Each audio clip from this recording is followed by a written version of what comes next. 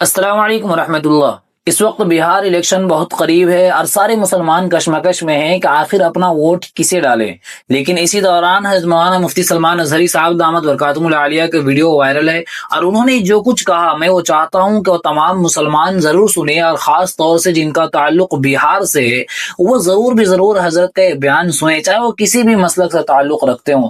میں دو بیان آپ کو سناؤں گا۔ ایک بیان مفتی سلمان اظہری صاحب دامت برکاتہم العالیہ نے کہ انہوں نے جو کچھ کہا وہ سن کر آپ یقین بالیقین آپ اپنے قائد اور اپنے رہنما ضرور تلاش کر لیں گے۔ اور دوسرا بیان سناؤں گا حضرت مولانا مفتی سمیر الدین صاحب قاسمی دامت برکاتہم العالیہ کا، اور دونوں بیان اس وقت سننا اور اس پر عمل کرنا بے حد ضروری ہے۔ اگر آپ کا تعلق بہار سے نہیں ہے تو خدا را اس ویڈیو کو تمام مسلمانوں تک ضرور پہنچائیں اور ان کو بتائیں کہ حضرت نے کیا کچھ کہا اور اس پر عمل کرنا کتنا ضروری ہے اس وقت مسلمانوں پر، خاص طور سے ہندوستان کا جو ماحول ہے، ہندوستان میں جس طریقے سے مسلمانوں کے ساتھ کیا جا رہا ہے۔ عنقریب اگر حضرت کی باتوں پر عمل نہ کیا جائے تو مجھے ڈر اس بات کا ہے کہ جس طریقے سے سوڈان میں مسلمانوں کے ساتھ کیا جا رہا ہے اسی طریقے سے ہندوستان میں بھی مسلمانوں کے ساتھ وہ عمل کیا جائے گا۔ اللہ حفاظت فرمائے۔ آئیے سب سے پہلے بیان سنتے ہیں، اس کے بعد پھر ہم آگے کی باتیں کرتے ہیں۔ آپ سے گزارش ہے کہ خدا را اس ویڈیو میں مکمل بنے رہیں تاکہ آپ بھی غیروں کی چکنی چپڑی باتوں پہ نہ آئے۔ سب سے پہلے بیان سنتے ہیں پھر آگے کی باتیں کرتے ہیں۔ اپنا قائد نہیں ڈھونڈا، اور ان کو دیکھو وہ کہتے ہیں کہ اگر پیٹرول 200 لیٹر بھی ہو جائے تو ہمارے قائد تو یہی ہیں، اب بھی اگر خاموش رہے۔ اسی لیے میں بار بار کہتا ہوں اٹھو وہ گھر نہ حشر نہ ہوگا پھر کبھی، دوڑو کہ زمانہ چال اپنی چل گیا۔ تم اپنی سیاست کو منتخب کرو، تم اپنی قیادت کو منتخب کرو، اور اگر ابھی بھی سیاسی لاشعوری کی زندگی گزارتے رہو گے لقمے بنتے چلے جاؤ گے۔ اسی شعور کو بھی بیدار کرو، سیاست کو سمجھو، تم کب تک استعمال ہوتے رہو گے۔ اب اس میں علماء کو بھی آنا چاہیے کہ ان کے سیاسی شعور کو بیدار کرے۔ تمہارے ساتھ آج جو کھیل کھیلا جا رہا ہے، تم ہر ایک کی جے وجے کرتے ہوئے ہر پارٹی کے پیچھے جاتے ہو، تم نے آج تک اپنا قائد نہیں ڈھونڈا، اپنا قائد نہیں ڈھونڈا۔ اور ان کو دیکھو وہ کہتے ہیں کہ اگر پیٹرول 200 لیٹر بھی ہو جائے تو ہمارے قائد تو یہی ہیں، اس لیے کہ ہمارا ہم مذہب ہے، وہ ہمارے مذہب کی بات کرتا ہے۔ تمہارا کون ہے میرے عزیز؟ تم کسی پر متفق نہیں ہوتے، اور جو تمہارے لیڈر ہیں وہ کسی اور کے پلو میں چھپے ہوئے ہیں، ہاں کسی اور کی گود میں بیٹھے ہوئے ہیں۔ جا کر کے یہ سارے مسلمانوں کو کسی اور کے ہاں بیچ کر کے آتے ہیں۔ یہ سیاسی شعور بیدار کرو۔ مجھے معلوم ہے میری یہ باتوں کا سب سے زیادہ ایکشن کون لے گا، مجھے معلوم ہے سب سے زیادہ کس کو کھلبلی مچے گی وہ بھی مجھے معلوم ہے، اس لیے کہ میں ان سیکولر پارٹیوں کے بارے میں بول رہا ہوں جو چہرہ سیکولر بتا کر کے ہم آپ سب کے ووٹ لے کر کے چلے جاتے ہیں، اور پھر مجھے بتاؤ جن کو تم اپنا مسیحا سمجھ کر کے ان کے پیچھے جے جے کرتے گھومتے رہتے ہو، تمہارے مذہب پر آج کیا حملے نہیں ہوئے ہیں، کیا نہیں ہوئے؟ کشمیر آج تک جل رہا ہے، کہاں یہ کانگریس کیوں نہیں بات کرتی ہے جو پورے مسلمانوں کی مسیحا ہے؟ کہاں ہے وہ سماجوادی، وہ بی ایس پی، فلاں جو پارٹیاں جن میں سب مسلمان جاتے ہیں؟ کیا ان کو اتنا بھی شعور نہیں کہ وہ پارلیمنٹ میں اس کے خلاف بات کریں، کہیں کہ یہ مسلمانوں کے ساتھ ظلم ہو رہا ہے، ہم ان کے ووٹ لیتے ہیں؟ نہیں بات کریں گے، یہ صرف اور صرف تمہیں استعمال کرتے ہیں، اور انہیں معلوم بھی ہے ہم نے ان سب کو خریدا ہے، ان کے لیڈروں کے منہ میں اپنی زبان رکھی ہوئی، یہ کوئی بولے گا نہیں، انہیں معلوم ہے۔ عادت کو منتخب کرو، اور اگر ابھی بھی سیاسی لاشعوری کی زندگی گزارتے رہو گے لقمے بنتے چلے جاؤ گے۔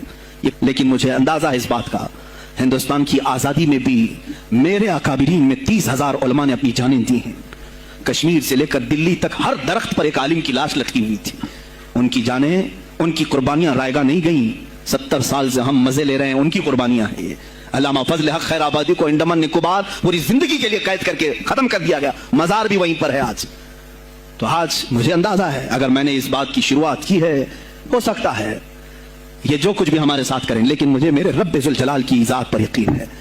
میں یہی کہوں گا اے اللہ، اگر ہمارے مقدر میں شہادت ہے تو اس سے بہتر کوئی اور موت ہے نہیں۔ جی ہاں، حضرت نے جو بیان دیا وہ یقین بالیقین 100% اس میں ذرہ برابر بھی غلط چیزیں نہیں ہیں۔ وہ ساری چیزیں حضرت نے بیان فرمائی، وہ ساری چیزوں کا حضرت نے ان ساری چیزوں کا حضرت نے وضاحت کی کہ اگر مسلمانوں نے اپنا قائد اور اپنا رہبر اور رہنما انہی سیکولر پارٹی کو چنا، یوں ہی ان کے دامن پکڑ کر چلتے رہے تو یقین بالیقین یہ اس طریقے سے آپ کے ساتھ دامن جھاڑیں گے، اس وقت نہ آپ کا دین باقی رہے گا اور نہ ہی آپ کی دنیا باقی رہے گی۔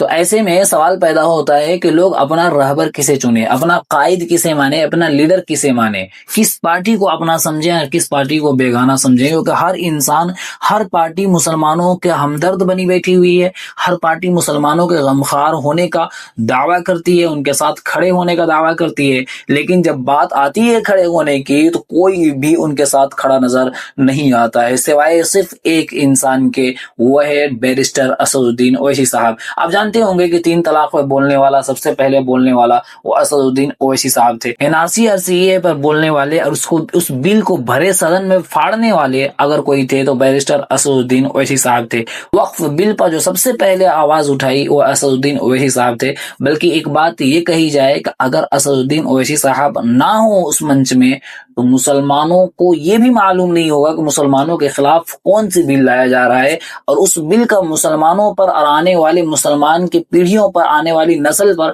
کیا کچھ اثر پڑے گا۔ یہ ہر انسان اور ہر مسلمان جانتا ہے کہ اسد الدین اویسی کی وجہ سے بہت سارے بلوں کے بارے میں مسلمان اور بہت سارے خطروں کے بارے میں مسلمان جان جاتا ہے کہ کون سا خطرہ مسلمانوں پر اس وقت منڈرا رہا ہے۔ اب آئیے کیوں اسد الدین اویسی کو رہبر مانا جائے، یہ مولانا مفتی سمیر الدین صاحب قاسمی دامت برکاتہ العالیہ کی زبانی سنتے ہیں، انہوں نے کیا کچھ کہا، اس کے بعد پھر ہم بات کرتے ہیں۔ بیرسٹر ہو کر کے اس طرح کی تقریر کرے، جو مولانا تقریر کرتے ہوں، کم لوگ ایسے بیرسٹر ہوں گے جو اس طرح والہانہ تقریر کرتا ہو۔ میں بڑا متاثر ہوں۔ دوسری بات یہ ہے کہ یہ مسلمانوں کے مسئلے کے بارے میں بلکہ دلت اور پچھڑے اور غریب کے مسئلے کے بارے میں کھل کر بولتے ہیں۔ یہ اچھا بولتے ہیں، وہ بولنے کا انداز ٹھیک ہے، کسی کو پسند نہ ہو، لیکن بولتے ضرور ہے۔ یہ واحد مسلمانوں کے نمائندہ ہیں جو پارلیمنٹ کے اندر اس طرح بولتے ہیں۔ اس کی قدر کرنی چاہیے مسلمانوں کو بھی اور غیر مسلم کو بھی۔